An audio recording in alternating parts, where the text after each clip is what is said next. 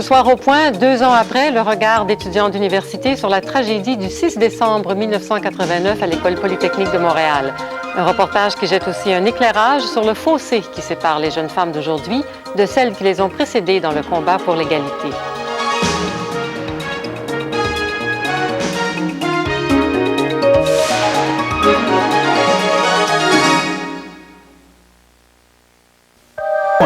Avec Madeleine Poulain. Bonsoir. Le 6 décembre 1989, le Québec est en état de choc. 14 jeunes femmes étudiantes à l'École polytechnique de Montréal viennent de tomber sous les balles de Marc Lépine. 2 ans après la tragédie, un document a commencé à circuler dans quelques universités. C'est un film qui sera d'ailleurs présenté sur les ondes de Radio-Canada après-demain à l'émission Les Beaux Dimanches. Le film est intitulé « Au-delà du 6 décembre ». Il est l'œuvre de la jeune cinéaste Catherine Foll qui a rencontré des témoins de la tragédie et leur a posé la question suivante. « Si je te dis 6 décembre, de quoi as-tu envie de me parler ?»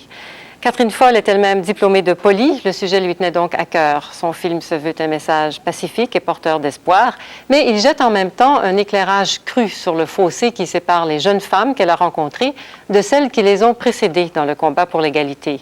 Les discussions qui ont suivi la projection du film dans les universités en font foi. C'est en tout cas ce qu'a constaté une équipe du Point.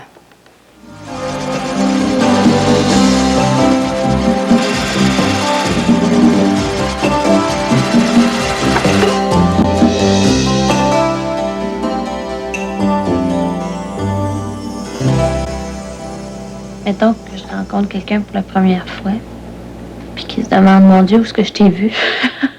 C'est toujours comme ça que ça arrive. Fait que j'ai dit, je t'ai déjà vu à la télé. Ben oui, j'étais à Polytechnique.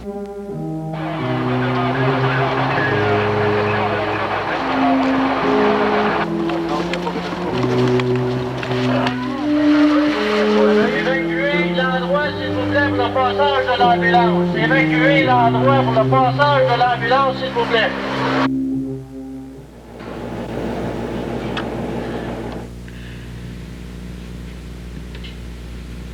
Puis il m'a crié. Puis on s'est ramassé les filles dans le coin du mur. Puis c'était comme un peloton d'exécution. Puis il y en a qui avaient peur, puis il y en a qui avaient pas peur, comme moi, parce qu'on comprenait pas. Parce qu'on voulait pas comprendre.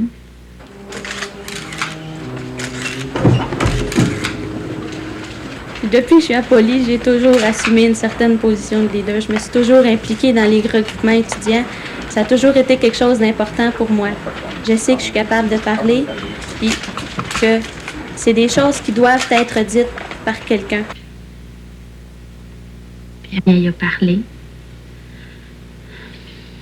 Puis elle a dit qu'il nous en voulait parce qu'on était des femmes, puis qu'il était antiféministe. Puis là, moi j'ai dit que ça n'avait pas de bon sens qu'il soit là, qu'on n'était pas des féministes, qu'on se battait pas contre les hommes, qu'on n'en voulait pas aux hommes, qu'on faisait juste prendre notre place. On était juste des filles en génie qui voulaient juste mener une vie bien normale. Puis à ce moment-là, ben, il s'est mis à tirer. Puis je sais pas comment, mais je me suis ramassée à terre quelques secondes après. J'ai entendu d'autres coups de feu. J'ai entendu des pieds s'en aller. La porte se fermer. Puis là, j'ai eu mal.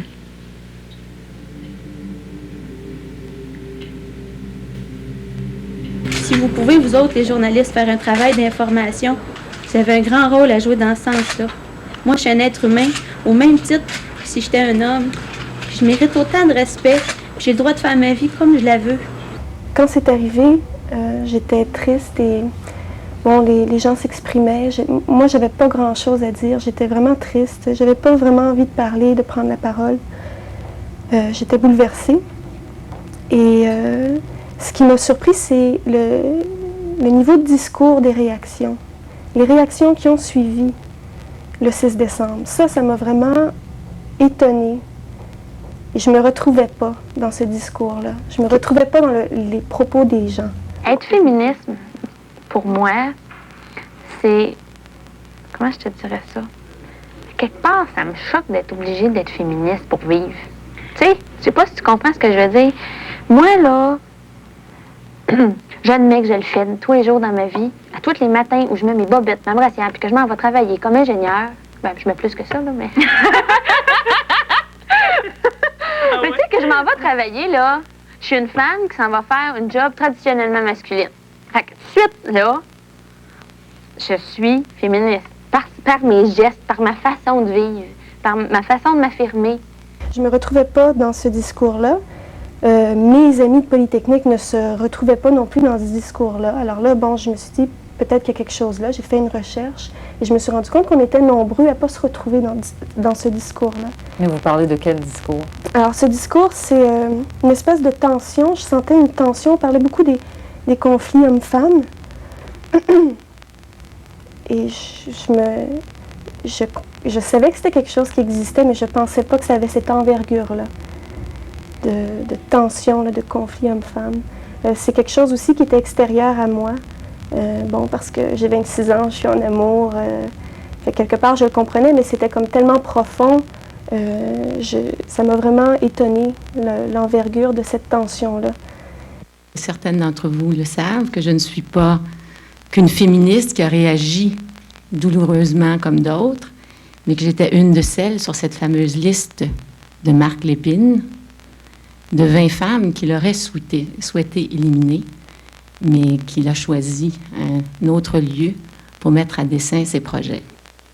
Alors, je pense que la question la plus classique, c'est de vous demander c'est quoi vos premiers sentiments par rapport à ce film? Est-ce que vous avez un peu ce sentiment-là de paix ou est-ce que ça soulève d'autres choses? Alors, je vois déjà des mains en arrière. On était 2 étudiantes en génie sur l'étage, puis quand on a su ce qui s'était passé, pourquoi le mobile, parce qu'au début, on dit, bon, il y a un tireur fou à Polytechnique, quand on a su le mobile de son meurtre, de ses meurtres, on s'est regardé, on s'est dit, mon Dieu. Puis moi, ce que j'ai ressenti, bon, mais lui, il l'a fait, lui, il s'est rendu jusque-là, mais est-ce qu'il y a beaucoup de monde comme ça? Est-ce qu'il y en a beaucoup des gens comme ça qui s'imaginent que les femmes qui s'affirment, qui font ce qu'ils pensent qui est bien pour eux, sans jamais vouloir combattre les hommes, se sentent attaqués là-dedans? Pourquoi? Est-ce qu'il y en a beaucoup d'hommes comme ça qui se sentent attaqués par des femmes qui font ce qu'elles veulent, indépendamment de ce qu'ils en pensent? Puis ça, c'est ça qui m'avait fait le plus de mal. Par rapport à Nathalie, je me disais, je n'étais pas féministe parce que je veux pas avoir à me battre pour mes droits. Je suis allée en génie, pas pour dire, je suis une femme, tassez-vous les hommes, je suis là. Je suis allée en génie parce que ça me tentait, c'est un domaine qui m'intéresse. Alors, je veux pas avoir à me dire féministe pour militer. Mais je sais que, je m'en cache pas, je sais qu'il y a encore je vais rencontrer des difficultés en étant femme dans mon métier. Pour moi, la cause féministe a été fermement défendue. Bon, il y a 20 ans, puis il y a 30 ans, mais dans mon cas, à moi, c'est réglé. C'est quelque chose qui est réglé. Puis un petit peu comme Nathalie dans le film, là, je veux dire, j'ai pas à avoir une attitude féministe. Quand l'affaire du 6 décembre est arrivée, le crime qui était commis, c'était un crime beaucoup contre des femmes comme moi qui avaient milité.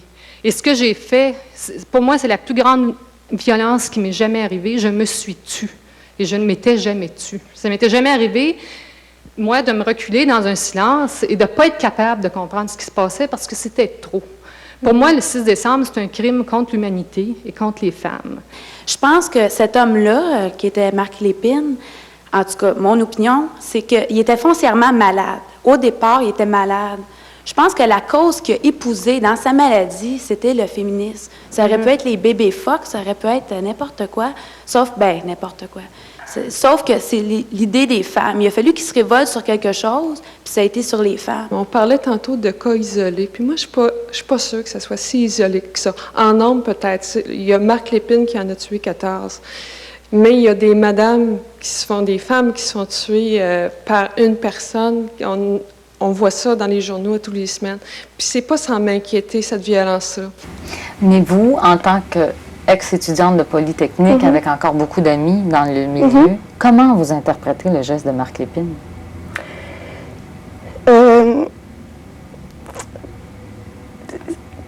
La majorité des étudiants, je ne vais pas dire tous les étudiants parce qu'il y a toujours des gens qui pensent différemment, là, mais si on prend un peu le pouls que j'ai pu observer en faisant ma recherche, on m'a dit des choses comme « Marc Lépine n'avait pas le mandat de personne pour faire ça, alors essayons pas de trouver des raisons en dessous de ça, c'est un geste fou, c'est un malade. » Je trouve qu'en général, les hommes n'ont pas compris. Ils n'ont pas compris quoi? Ils n'ont pas compris qu'on veut prendre notre place. Ils n'ont pas compris qu'on a le droit de prendre notre place, puis qu'on a le droit de ne pas se faire harceler, que ce soit physiquement, que ce soit au niveau du travail. Toujours de se faire dire « Ah, t'es une fille et puis se faire comme la fille qui se fait siffler. Ça n'a pas d'allure, ça, travailler pendant toute la journée puis se faire siffler. Moi, je suis toujours révoltée, puis je me dis « Oui, dans 10 ans, il y en aura peut-être un autre drame. » Mais ça ne sera pas nécessairement un homme qui va tuer 14 femmes. Ça sera peut-être une femme qui sera écœurée et qui décidera qu'elle en tue 14 hommes. Si les hommes se mettaient à faire autant de propagande que les femmes le font pour avoir l'égalité, puis pour dépasser ça, c'est sûr qu'il y aurait des femmes qui tueraient des hommes. Ah, explique-moi ça quand tu parles de propagande. Là, Ben, tu parles de quoi? La femme qui veut l'égalité. Là, il y a des réactions physiques dans la salle. Non, on va y aller mollo. Explique-moi. Moi, je dis que la société, là, justement, là, les femmes, là, v'là 20 ans, ont fait le move. Je suis pour que les femmes soient égales à l'homme. Ils ont fait le move, puis bravo. Continuez, mais prenez ça plus cool, parce qu'en quelque part, là, qu'est-ce qui arrive aujourd'hui dans des choses comme ça, là? C'est que les femmes ont tellement fait de propagande, ils ont tellement dit, là, c'est nous autres, puis on veut être égal, puis on veut, puis on veut, puis on veut, que quelqu'un de malade comme ça l'a frustré tellement à un tel point d'entendre tout le temps ça, qu'il a réagi. On peut regarder l'histoire juste un petit peu, là, puis les guerres qui existent depuis toujours, bon, c'est les hommes qui l'ont fait, c'est une expression de leur violence, c'est comme enraciné dans eux, là. Si on veut les rendre tout doux, tout fins, je suis certain qu'à un moment donné, on va juste enfouir un gros volcan qui va lui sauter en pleine face. Mais vous ne pensez pas que ça tient davantage à l'organisation de la société? Non, je pense que c'est à partir de la racine sexuelle que part la violence mâle, puis c'est dans les couilles qu'elle prend sa racine, puis elle sort, elle a besoin de s'exprimer. Puis il faut être mâle pour l'avoir compris, ça. Là, vous venez d'en partir tout un débat, là, vous. Oui? Ce que je trouve difficile là-dedans, c'est que j'ai l'impression qu'à quelque part, on nous dit « Fais attention, t'as pas le droit d'être un homme ». Je me suis senti un peu comme quelqu'un qui était coincé dans un mur qui disait faudra que tu fasses attention à tout ce que tu fais, à tout ce que tu dis, à tout ce que tu es, à ta façon de te comporter. Mais la violence, vous reconnaissez que la violence, c'est pas exclusivement, mais surtout à sens unique des hommes à l'égard des femmes, et même de jeunes femmes? Oui, mais j'ai de la misère à prendre ça comme un blâme personnel. Puis je trouve que c'est un peu ce que les médias, ce que les femmes à travers les médias ont fait. On nous a dit, les hommes, vous êtes dégueulasses, vous êtes... je trouve ça dur. J'ai failli aller au lancement de ce livre-là. Puis j'ai bien fait de ne pas y aller, hein, parce que c'était un paquet de femmes qui m'en veulent la mort d'avoir dit que j'étais pas féministe, puis que j'étais rien qu'une femme. Puis tout ça. C'est une boulette. Je trouve que c'est écrit avec plein d'émotivité. Tu sais, juste un paquet d'émotions là, qui ont jeté sur le papier, là. Des grands énervements de même, là. Sauf que, en tout cas, j'aurais tout envie de les rencontrer devant une table, là. Puis leur dire, ouais, amenez-les vos arguments, là. Pourquoi vous m'en voulez tant que ça, là? Pourquoi c'est si mal que ça de ne pas avoir voulu se faire tuer? Nathalie Provost dit, j'ai été critiquée par ces féministes. Elle s'est sentie agressée par les femmes qui l'ont critiquée. Comprendre aussi la réaction de ces femmes qui se disent féministes et qui sont identifiées aussi au féminisme. Je suis une des maudites femmes qui a écrit dans le livre que Nathalie... Il y a 2 textes dans ce livre-là. Et je dois être un des 2 textes que Nathalie a le plus haï. Alors, je me sens donc personnellement visée par ce qu'elle a dit. Alors, je voudrais dire que, d'abord que je la comprends tout à fait d'avoir dit en face de Marc Lépine, là, « Hey, je suis pas féministe. » Vraiment, je la comprends. Je ne lui reproche pas ça du tout. Ça crève le sens. Qu'elle n'avait pas d'autre chose à dire. Si un gars qui dit « Moi, je tire juste les féministes », ben tu dis « Moi, je suis pas féministe. » Tu sais. Il me semble que c'est clair. Il me semble que c'est clair. D'un autre côté, moi, je fais partie des femmes qui ont fait un certain nombre de batailles, qui ont gagné, ce qui qui permet à la jeune fille blonde qui est venue tout à l'heure de dire, bon, ben c'est fait, là, moi maintenant je l'ai, j'ai plus besoin d'être féministe, ou d'autres qui pensent comme Nathalie, Moi, ça m'enrage d'être obligée de dire que je suis féministe. Et moi, je viens juste poser à toutes les filles qui pensent ça en ce moment, je sais qu'il y en a beaucoup, pourquoi vous avez si peur? C'est quoi qui fait que vous avez si peur d'un mot? Nathalie, je la félicite pour tout son courage, mais j'aimerais dire que je me souviens qu'à 20 ans ou à 22 ans ou 23 ans, je ne sais pas quel âge elle a, Nathalie, que je n'aimais pas les étiquettes, que ça soit noir, blanc, catholique, juif. Et quand on est jeune, on est encore assez pur que les étiquettes, on n'en veut pas. Mais avec le temps, le mot féministe, c'est devenu quelque chose qui veut dire je réfléchis tout simplement sur ce que ça veut dire d'être féminine ou femme. Et pourquoi c'est douloureux à ce moment-ci? Pourquoi ça vient chercher quelque chose? J'ai de la peine parce que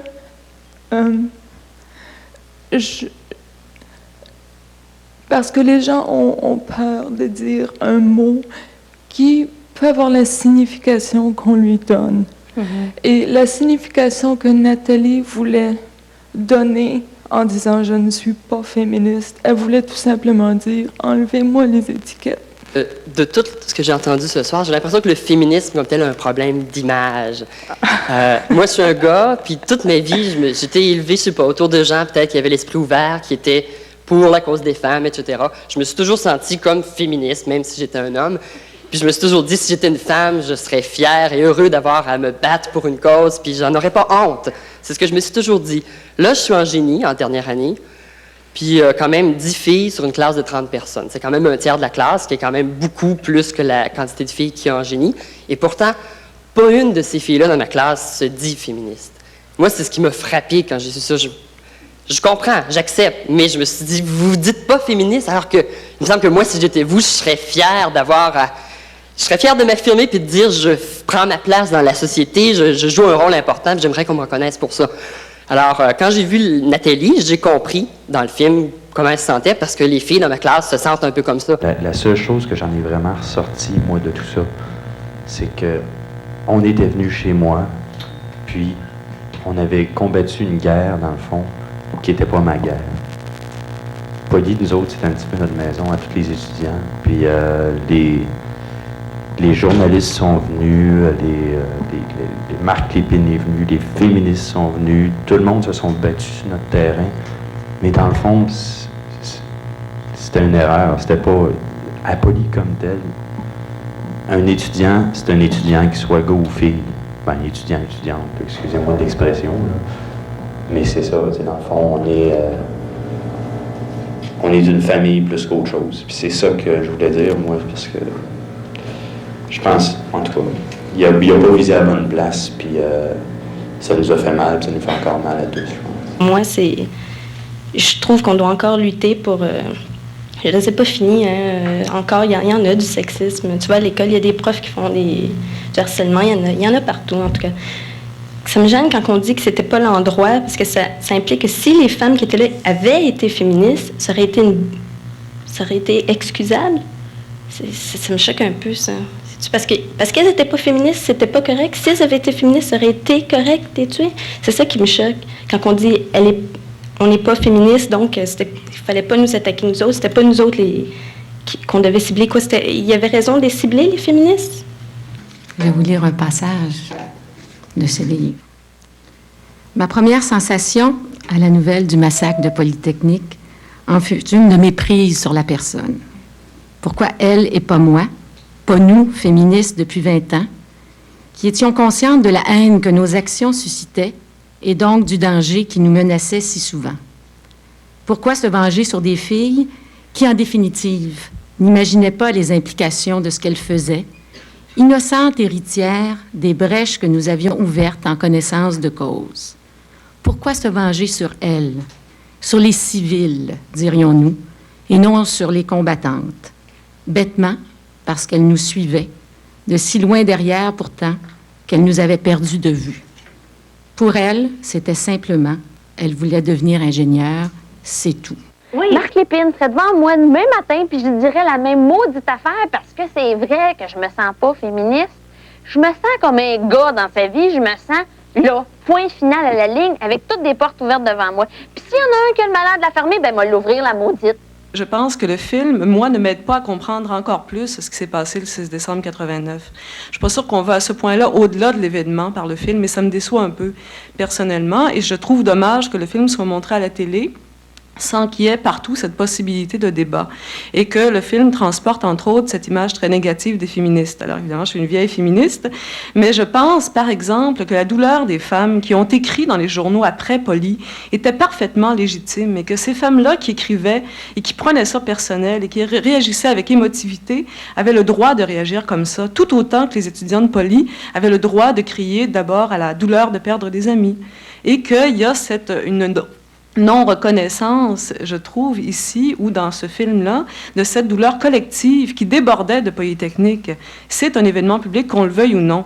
Nathalie Provost est devenue une personne publique. Alors, ça lui échappe jusqu'à un certain point. Ça ne veut pas dire qu'il faut lui mettre une étiquette qu'elle ne veut pas sur le dos, mais ça veut dire qu'il faut essayer d'avoir une espèce de conscience historique devant quelque chose comme ça. Je me demande si le problème vient pas justement de votre génération beaucoup plus que de la nôtre. La nôtre, ayant été élevée dans un nouvel esprit, se trouve à accepter plus facilement le fait que les femmes soient égales à l'homme. Moi, le film de Catherine Foch, je le verrais presque comme un hommage au féminisme. Vous allez me trouver drôle, mais ce que je vois dans ce film-là, c'est une génération qui dit, ou du moins, bon, on a le point de vue d'une personne, mais qui dit, on n'a plus besoin de lutter. Je me sens plus besoin de lutter. Ce qui s'est passé, ça s'est fait avant, oui, mais je le vois comme un hommage à votre génération de féministes. Parce que ce qu'elle vous dit, c'est « Moi, j'ai plus besoin de crier, je me sens... Je suis une femme, je suis bien comme ça. Je sens pas qu'il y a des portes de bloquer, je sens pas que j'ai besoin tout le temps de défoncer, de rentrer dedans tout le temps. Ça va comme ça. » Je pense que mon film, comme c'était sur des étudiants universitaires, c'est un milieu qui est privilégié, il ne faut pas se le cacher. Et il y a des milieux qui ont peut-être moins de chance ou qui sont moins privilégiés. Je pense qu'il y a encore bien des choses à faire. Et je ne dis pas non plus que les mouvements féministes ont non plus leur raison d'être. Le milieu universitaire, il n'est pas si différent. Moi, je suis de l'UQAM, puis du harcèlement sexuel, il y en a. Rien qu'à l'UQAM, dans les départements de musique et d'art, il y a eu 5 viols en 1 an. Puis l'UQAM ne fait rien. Ouais, il n'y en a pas de problème dans le milieu universitaire. Il n'y a plus rien à faire pour la cause des femmes. Tout est gagné. Je suis bien contente que ce soit maintenant interdit d'être féministe.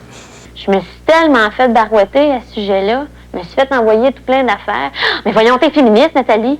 Puis là, si j'avais le malheur de dire non, ben là, on partait dans un discours comme s'il fallait me guérir de ça. Donne 2 pilules, puis elle va l'être, elle va dire la vérité, pauvre enfant. Moi, le discours des féministes, là, j'en ai eu mon casse. Pas tellement que des fois, j'ai envie de lui dire ah, non, je ne suis pas. Rien que pour vous éclairer, je vais le dire que je ne suis pas. Je peux même pas avoir le droit à mes idées toute seule. C'est plein de pression sociale. Maudite merde. Je peux même plus adhérer à une cause parce que j'ai envie. Il faut que j'y adhère parce qu'il faut. Ben, pas envie, moi, dans ce cas-là. Je suis bébé, hein. Nathalie est ressortie comme représentant bien les autres étudiants. Donc, c'est pour ça que je l'ai pris aussi dans le film. Puis bon, ça, c'est une des raisons. La raison objective, si on veut. Et la raison subjective, ça, c'est vraiment un choix personnel, là. C'est que Nathalie, bon, elle avait vécu ce drame-là d'une façon particulière et elle avait un message une force de vie incroyable. Et ça, moi, j'avais besoin d'entendre ça. Puis là, je me suis dit, ben, peut-être qu'il y a d'autres personnes aussi qui ont besoin d'entendre ça. Pour moi, elle a une telle force de vie que ça me donne de l'espoir. Elle me communique un peu de sa force.